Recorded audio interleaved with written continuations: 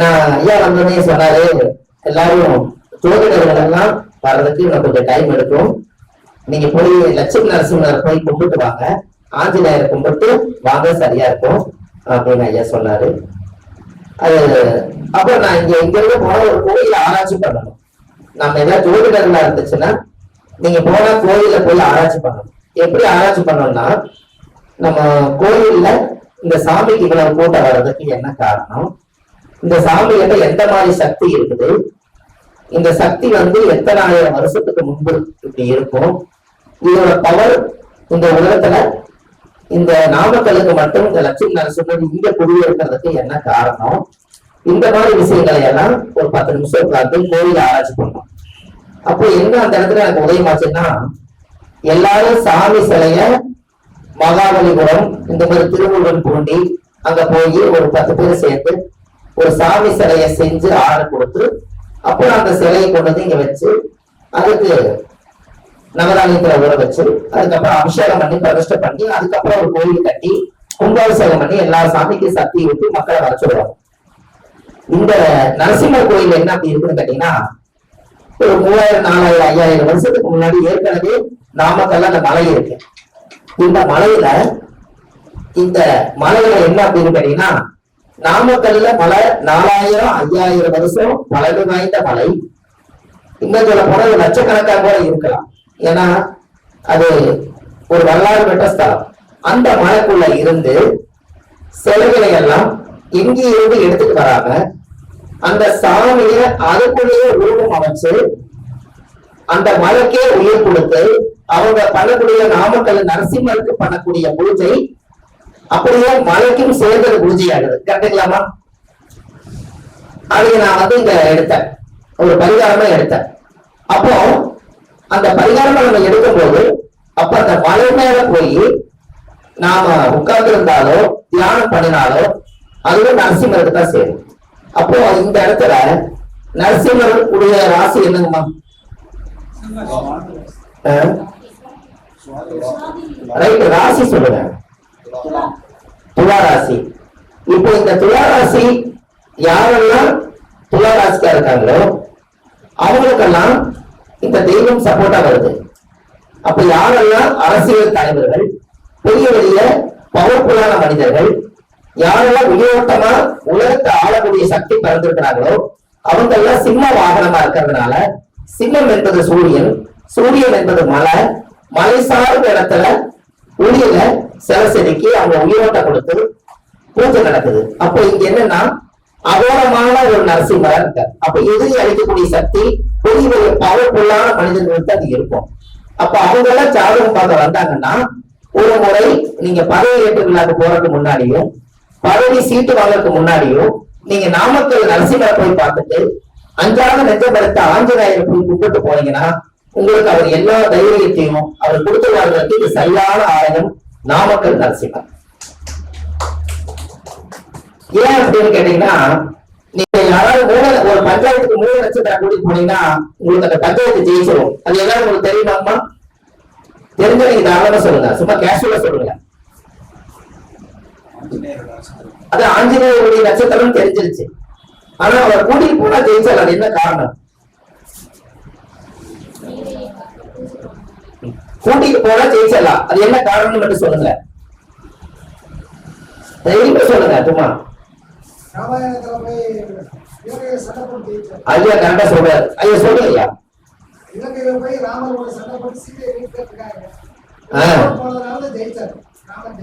யாரையுமே இந்த உலகத்துல யாரையுமே கொண்டாடி நம்ப மாட்டாங்க. ஆனா ராமரு நான் சீக்கிரமா பாலை போட்டு சீதாதேவியை மீட்டு கொண்டு வந்துடுவேன், பறக்கும் சக்தி ஆஞ்சநேயருக்கு இருக்கிறதுனால அவருடைய மோதிரத்தை கழட்டி ஆஞ்சநேயர் கையில கொடுத்து சீதாதேவி கிட்ட கொண்டு போய் காமிச்சுட்டு வந்தாங்க. அப்ப இதற்கு தைரியம் இருக்கா இல்லையா? எனக்கு ஐயா அப்ப தைரியம் இருந்ததுனாலதான் ராமர் அந்த இடத்துல போய் பறக்கும் சக்தி இல்லாதனால, ஆஞ்சநேயருக்கு அந்த பறக்கும் சக்தி இருப்பதனால அந்த ராமர் அந்த மோதிரத்தை கொண்டு போய் ஆஞ்சநேயர் காமிச்சு ராமர் உங்களை அழைச்சிட்டு போவாரு, உங்களோட தவம் ஜெயிக்க போகுது, நானும் கூட தான் நிக்கிறேன், அவருக்கு ஜெயிக்க வரைக்கும் நான் எங்கேயும் போக மாட்டேன்னு எவ்வளவு பெரிய போர் வந்தாலும் அசுர போர் ஜெயிச்சு அவங்க மீட்டு சீதாதேவியை கொண்டு வர்றதுக்கு ராமருக்கு ஆஞ்சநேயர் மிகப்பெரிய ஒரு உறுதுணையா இருந்திருக்க.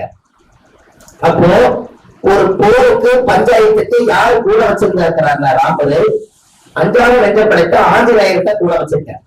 அவருடைய ஜென்ம நட்சத்திரம் மூல நட்சத்திரம். இப்ப இந்த மூல நட்சத்திரக்கார நம்ம கூட வச்சிருந்தால் அவங்களுக்கு எல்லா பிரச்சனையும் சால்வ். உங்களுக்கு இன்னொரு தெரியுங்களா? இப்ப நீங்க ஒரு ஜோசிய கதையில சொல்லுவாங்க, ஆண் மூல அரசாலும் பெண் மூல நெருங்குவாங்க. அந்த கதையை சாட்டவே அழிச்சிருங்க. மூல நட்சத்திரக்கார மாதிரி ஒரு குழந்தையை பெற்று குடும்பம் நடத்துறது யாராலே முடியாது. உங்களுக்கு தெரியுமா? மூல நட்சத்திரத்துக்கு என்ன மிருகம் சொல்லுங்க பார்ப்போம். நாய். அது என்ன நாய்? வெரி குட், பெண் நாய். இந்த பெண் நாய் குட்டி முடிச்சுன்னு வைங்களேன், அது யாராவது ஒரு பக்கத்துல போனா குட்டியை தூக்கு வராங்கன்னு சொல்லி அருள் கடிக்கப்படும். இவங்க என்ன பண்ணுவாங்கன்னா குச்சி எடுத்து முடிக்கிடுவாங்க. இது முடிக்கிட்டாங்கன்னா இந்த குழந்தை விட்டுப்பட்டு இந்த நாய் போகாது. அது ஒரு குட்டியை 2 குட்டியை வாயில கட்டிட்டு ஒரு இடத்துக்கு இன்னொரு இடம் 2 இடம் 3 இடம் மாத்தி குழந்தைகளை எல்லாம் கொண்டு போய் பாதுகாப்பா வச்சு அதை வளர்த்தி வாழும் பண்ணி அந்த குழந்தை குட்டியோட இன்னைக்குமே கூடவே இருந்து குடும்பம் நடத்தக்கூடியது மூல நட்சத்திர பெண்ணாயிருக்கு. அந்த பவர் இருக்கு. எப்படி உங்களுக்கு சைலண்டா பார்த்தா தப்போ? நீங்க பேராவை கையில வச்சுட்டு கை தட்டீங்கன்னா அடுத்த பதில் வரும். நீங்க கவலைப்படாதீங்க, ஒண்ணுடாம எழுதி இல்லாத மட்டும் நினைச்சிடாதீங்க. ஒரு கேமராக்கு 3 கேமரா ஓடுது. இது முடிஞ்சோடனே அடுத்த உங்க வாட்ஸ்அப்க்கு வந்துடும். ஐயா கணிச்சு அந்த லிங்க் எல்லாம் வந்துடும். விசுவாசமா கொண்டு போலாம். அதுக்குதான் மூல நட்சத்திரம் கேதுல இருந்து ஆரம்பிச்சோம். அது ஏன் சார் கேதுல இருந்து ஆரம்பிச்சேன்? ரொம்ப சூப்பர். அவர் ஐயா என்ன திசை வரிசை கேதுல இருந்து ஆரம்பிக்குது அப்படின்னாரு. அப்போ முதல் அசுரனா கேது, அங்கிருந்து ஆரம்பிக்கிறாங்க. கேது ஞானிகள். ஏன் ஞானிகளையும் மகான்களையும் சித்தர்களையும் பத்தி நம்ம பேசுறோம்னா இந்த மூல நட்சத்திரம் அப்படிதான் செய்யும்.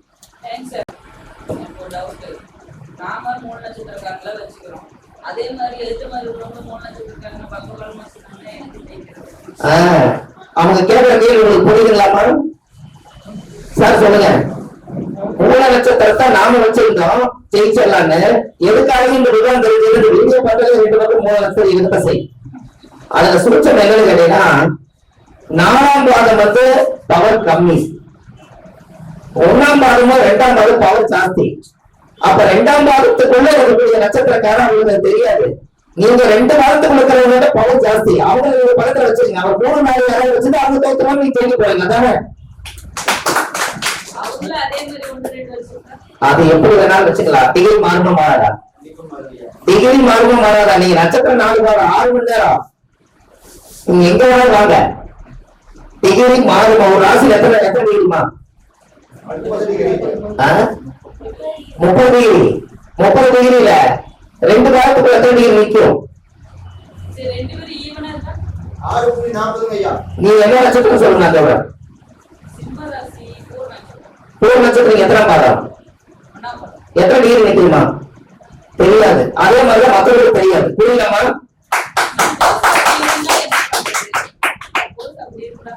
அந்த அளவுக்கு ஞானிகள் இருந்தாலும் போருக்கே போக மாட்டாங்க. அறிவு வச்சு ஜெயிச்சிருவாங்க. எதுக்கு அவங்க போய் போறாங்க? அந்த அளவுக்கு நீங்க கேட்கிற அளவுக்கு ஊசிக்குள்ள நூல் நுழைகிற அளவுக்கு பாயிண்ட் அறிவு யோசிக்கிறவன் 1000 எடுத்து போய் சாதிக்கிறான். அவன் அறிவு வச்சு பயன்படுத்தி போயிருக்கான்.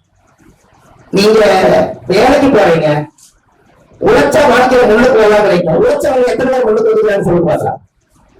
உழைச்சவங்களுக்கு காலையில காலச்சட்டை தோன்றவங்களுக்கு 800 ரூபாய் சம்பளம் தான். 800 தான். வருஷம் 300 நாள் பாடுபடுத்த பழக்கம் ஐயா. வருஷம் 300 நாள் பாடுபடுத்தணும். அவங்க சம்பாதிக்கிறதையும் பார்க்கலாம். அறிவு அதிகமா இருக்கிறவங்க யாரு சம்பாதிக்கிறான்னு பாரு. உழைச்சவங்க முன்னுக்கு வருவாங்களா, அறிவுக்கு முன்னுக்கு வருவாங்களான்னு சொல்லுங்க. அவ்வளவுதான். அப்போ பாயிண்டா ஜோசியத்துக்குள்ள நாமளே ரோஜா பூக்களை எடுத்து கையில வச்சுக்கோங்க. ரோஜா பூக்களை எடுத்து கையில வச்சுக்கோங்க. 8 இதழை ஒண்ணா அடிக்கிறீங்க. ஒரு ஊசி எடுத்து கொடுத்தது எவ்வளவு நேரம் ஆகும்? சும்மா சொல்லுங்க சார். 1 நிமிஷம் ஐயா. 1 செகண்டுக்குள்ள 8 இதழ்கள் ஆக்சிடென்ட் ஆகுது. 8 இதழுக்கும் பின்னமாகுது. அப்ப அந்த 8 இதழ் 1 செகண்ட் தான். 1 செகண்டுக்குள்ள 8 இதழ் அவங்க இன்னொரு செகண்டுக்குள்ள இருக்கு. அப்ப எப்படி நீங்க பாயிண்ட் எடுப்பீங்க? கரெக்டுங்களா சார்? ஒரு இதழ கொத்தனா ஒரு செகண்ட் அடிச்சு நீங்க சொல்லுவீங்க. 8 இதழுக்கு ஒரு செகண்ட் அடிக்கணும். அப்ப இன்னும் தூசு, இன்னும் சூட்சமா அந்த காத்து அழகு உள்ள நிலவுக்கு கூட அந்த ஜோசியத்துல இருக்குல்ல, அந்த சேக் அழுதல் பிளானட். அதனால அவ்வளவு சீக்கிரமா யாரும் வந்து அவ்வளவு பாயிண்டா எடுத்து அவங்க சேட்டா கொண்டு வர முடியாது. அதுக்கு நீங்க இன்னொரு வேணா பண்ணலாம், பிரசன்னம் போட்டு வேணா ஜெயிக்கலாம். எப்படி நீங்க கேட்ட கேள்விக்கு ஒரு வீரரை தோற்கடிக்கிறேன்னா பிரசனம் போட்டு வேணா ஜெயிக்கலாம். சரி, அதுக்கு நீங்க இன்னொரு ஐடியா வச்சுக்கீங்களேன். அவன் ஜாதகம் 2 பேர்த்தோட ஜாதகம் நம்ம கிடைச்சிருச்சுன்னு வச்சுக்கோங்க. ஒருவேளை உதாரணம் அவன் கேட்டது நல்ல பயன் தானே. அதனால ஒருத்தர் கேட்டாதான் ஒரு விஷயம் பிறக்கும். நம்மளோட லக்னாதிபதி, என்னோட ஜாதகத்துல ஒரு லக்னாதிபதி அவரோட ஜாதகத்துல ஒரு நீசம் ஆயிட்டா ஆல்ரெடி நான் அவர்கிட்ட போய் தோற்க போறேன். அவரோட லக்னாதிபதி நம்ம ஜாதகத்துல நீசம் ஆயிட்டா ஆல்ரெடி அவர்தான் தோற்க போறாரு. அது சொல்லுங்க, கிரகங்களையும் முடிஞ்சு வச்சலாம். இதெல்லாம் இந்த கிரகம் பிறக்கும் போது நம்ம கிட்ட அடிக்காய். அப்ப நம்ம இந்த ஜாதகத்தை பார்த்துதான் செய்யும். அப்ப அந்த மூல நட்சத்திரம் ஆண் மூலம் அரசாலும் பெண் மூலம் நெருங்கலும் சொன்னாங்க. Right, okay. மூல நட்சத்திரம் எங்க விழுந்துச்சு? கண்ணில் விழுந்துருக்குது. ரைட்டு, இதுல வந்து ஆண் நாய்க்கு என்ன நட்சத்திரம் விழுந்துக்கிறாங்க? திருவாதிரை நட்சத்திரம். திருவாதிரை நட்சத்திரம் எங்க இருக்குங்க? மிதுன ராசியில இருக்கு. கரெக்டுங்களா? அது யாரோட வீடு? அது மாணவனா வராதா சார்? அது புதன் வந்து மாணவன். இங்க மூல நட்சத்திரம் எங்க வருது? தனுசு. இது முழுமையா வருது. இது வாத்தியாரு, இது மாணவன். கரெக்டுங்களா? இதுல மாணவன் ஜெயிப்பாரா, வாத்தியார் ஜெயிப்பாரா? Very good. அவ்வளவு முடியுங்க ஐயா. நீங்க படிச்சதுக்கு அப்புறம் வாத்தியார் எங்கிட்ட கூட பேசலாம், அது குரு சாபம். ஆனா படிக்கிறதுக்கு முன்னாடி ஆனா பேர் கொடுத்தது அந்த மூல நட்சத்திர குரு தானே. இப்ப சொல்லுங்க, அப்போ அந்த ஜாதகத்துல குரு கெட்டான், குரு கெட்டான். குரு கெட்டு போச்சுன்னா குரு கெட்டு போனா குரு கெட்டு போவாரு. அப்போ ஒரு ஜாதகத்துல அந்த குரு மூல நட்சத்திரம் தனுசு ராசியில இருக்கக்கூடியவர் குரு வாத்தியாரு, அதே மூலம். ஆனா அதை விட சிவனுக்கு தான் பவர் ஜாஸ்தி. ஆனா அதுக்கு திருவாதிரை வச்சிருக்காங்க. திருவாதிரை வச்சிருந்ததுனால உண்மையான சிவன் தான். ஆனா அவருக்கு வாகனம் என்ன கொடுத்துருக்காங்க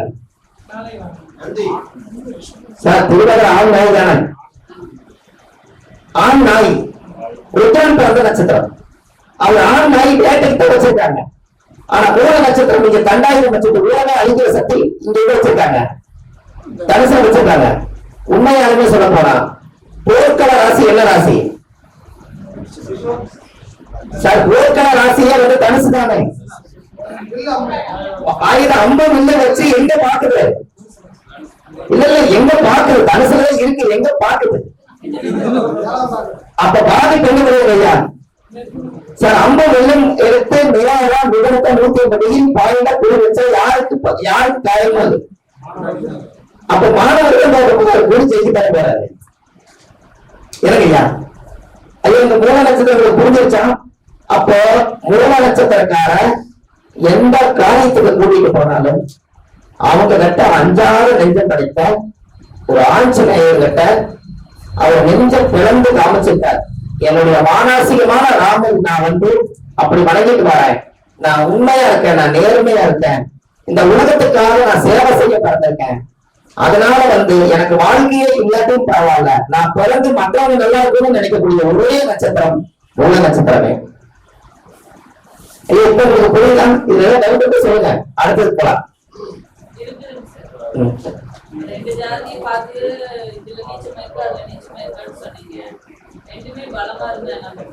அதான்மா, 2 பேருமே பலம் தான். 2 பேருமே பலம், டிகிரி மாறுமல்ல. 2 பேருமே ஈக்குவல் பலம் தான். 180 டிகிரி 180 டிகிரி பலம் தான். யாரும் ஒருத்தர் வந்து அவங்க அப்பா அம்மா பெற்றது வேற, அதே டைமாவே இருக்கட்டும். இவங்க அம்மா பெற்ற டைம் வேற. அப்ப அவங்க பாட்டம் போட்டு செஞ்ச பொண்ணு வேற, இவங்க பாட்டம் போட்டு செஞ்ச பொண்ணுங்க வேற. இதெல்லாம் ஒரே நேர்கோடு வருமானு சும்மா சொல்லுங்க. அப்ப சொல்லுங்க, ஜெயிக்கிறதுக்கு நான் வந்து என்னுடைய அப்பா அம்மா என்னுடைய தாத்தா பாட்டி நான் செஞ்சு நாம ஜாதகம் பூர நட்சத்திரமா, நான் பூர நட்சத்திரம் தான், நான் சிம்ம ராசி தான். இந்த ஆதிகால பரிகாரம்னு சொல்லி எடுத்து மக்களுக்காக நம்ம கொடுக்குறோம். ஆதிகால பரிகாரம் அதே பூர நட்சத்திரம் ஆதிகால பரிகாரம் வெளியே கொண்டு வரலாம். அப்ப எங்கேயும் தப்பு நடக்குது என்ன? நட்சத்திரம் என்னமோ ஒரு மண்டலத்துல இருக்கிறது ஒண்ணுதான். 120 கோடி மக்களுக்கு நட்சத்திரங்கள் வந்து 27 தான், 12 ராசி தான், 9 கிரகம் தான். இது போகக்கூடிய அந்த பிரபஞ்ச ரகசிய சூட்சமம், அந்த பாதை கலை விடலை, அதுதான் ஒருத்தருடைய டைமிங் அட்ஜஸ்ட்மெண்ட் நடக்குது. கரெக்ட் இல்லையா சார்? அதுக்காக நீங்க வந்து பாதசாரத்தை கிடைக்கிறீங்க. ஒவ்வொரு நட்சத்திரங்கள் இத்தனை பாதத்துல, இத்தனை கலையில, இத்தனை விதவையில இருக்குதுன்னு நீங்க கிடைக்கிறீங்க. அதே மாதிரி ஒரு ஜாதகத்தை தமிழ்ல போடுங்களேன், ஒரு டேட்டா பர்த் போடுங்க, பெட்ட குழந்தை பிறக்குது, ஒரே நிமிஷம் வித்தியாசத்துல பிரசவம் ஆயிடுது. போடுங்க, உங்களுக்கு விதவை மாறுதல் பாருங்க. ஐயோ, உங்களுக்கு தெரியாதெல்லாம் ஒண்ணு இல்ல, கம்ப்யூட்டர் எல்லாமே வச்சுட்டீங்கல்ல, அதே டேட்டா பர்த், அதே சூரிய உதயம், அதே பிளேஸ் எல்லாமே போடுங்க. ஆனா உங்களுக்கு என்னது, அந்த பிளேஸ் மாறும் போது ஒரு நிமிஷத்துக்குள்ள நிமிஷம் மாறாது, மணி மாறாது, அப்படியே இருக்கும், நிமிஷம் மாறாது. ஆனா விதவை மட்டும் செகண்ட் இருக்கிறதுனால அந்த வரிசையில் லாஸ்ட் வரிசையில் தவிர விதவை மாறுதா? இதுலயே அவங்க தலையெழுத்து மாறி போச்சாங்கம்மா. என்னங்கய்யா, நாளைக்கு இவங்க கேட்கிற கேள்விக்கு அந்த பதில் சொல்றதுக்கு ஜோசியத்துக்குள்ள எந்த இடத்துல சூச்சம் இருக்குதுன்னா, அந்த பாதை கலைவுகளை ஒரே நேர்கோட்டில் வருவதில்லை. அதனால நீங்க எல்லாரும் ஒரே மாதிரி இருப்பதில்லை. பாருங்க, ஒண்ணும் வேண்டாம், எல்லாரும் குழந்தைய பிறக்கும் போது ஒரே மாதிரி செய்வாங்க. அப்புறம் ஒரு வருஷத்துக்குள்ள எல்லாத்துடைய முகமும் ஆண்டவன் படிச்சது ஒவ்வொரு விதமும் படிச்சு வச்சிருக்கானே. ஆனா ஒரே ஹாஸ்பிட்டல் தான் பிறந்திருக்காங்க, பிறந்த டைம் என்னமோ அதே ஊர் தான், அந்த ஊர்ல தான் பிறந்திருக்காங்க. முகம் ஆகவே இல்லையா? எதுக்காக நான் உங்களுக்கு சொல்றேன்னா, எந்த ஒரு பவரா இருந்தாலும் ஒரு சின்ன ஒரு தூசு மாதிரி இருக்கக்கூடிய ஒரு அறிவை வச்சு ஒருத்தர் ஜெயிச்சிடலாம். அதுக்குத்தான் ஆண்டவன் வந்து அந்த ஜாதகத்தை நம்மளுக்கெல்லாம் அந்த காலத்துல சித்தர்களும் முனிவர்களும் ரிஷிமார்களும் யோகிகளும் மகான்களும் இவங்கெல்லாம் வாழ்ந்து வாழ்ந்து வாழ்ந்து வாழ்ந்து பார்த்துட்டு இந்த உலகத்துக்கு எதையாவது கண்டுபிடிச்சு கொடுக்கணும்னு அவங்க ஏதோ நினைச்சிட்டு இருந்திருக்காங்க. அப்போ ஒரு குழந்தைகள் பிறந்திருக்குது, அது அவங்க அப்படியே எழுதி வச்சிருக்காங்க. எழுதி எழுதி வச்சு பார்த்து ஒரு நட்சத்திரத்துல பிறந்தா இந்த குணங்களை நம்ம வாழ்றாங்க, ஒரு திதியில பிறந்தா இந்த குணங்களை வாழ்றாங்க, ஒரு யோகத்துல பிறந்த இந்த குணங்களை வாழ்றாங்க. அப்ப இது எங்கேயோ ஒரு சூச்சம் இருக்குதுன்னு அந்த காலத்துல ஓலச்சுவடியில சித்தர்கள் எல்லாம் எழுதி வச்சு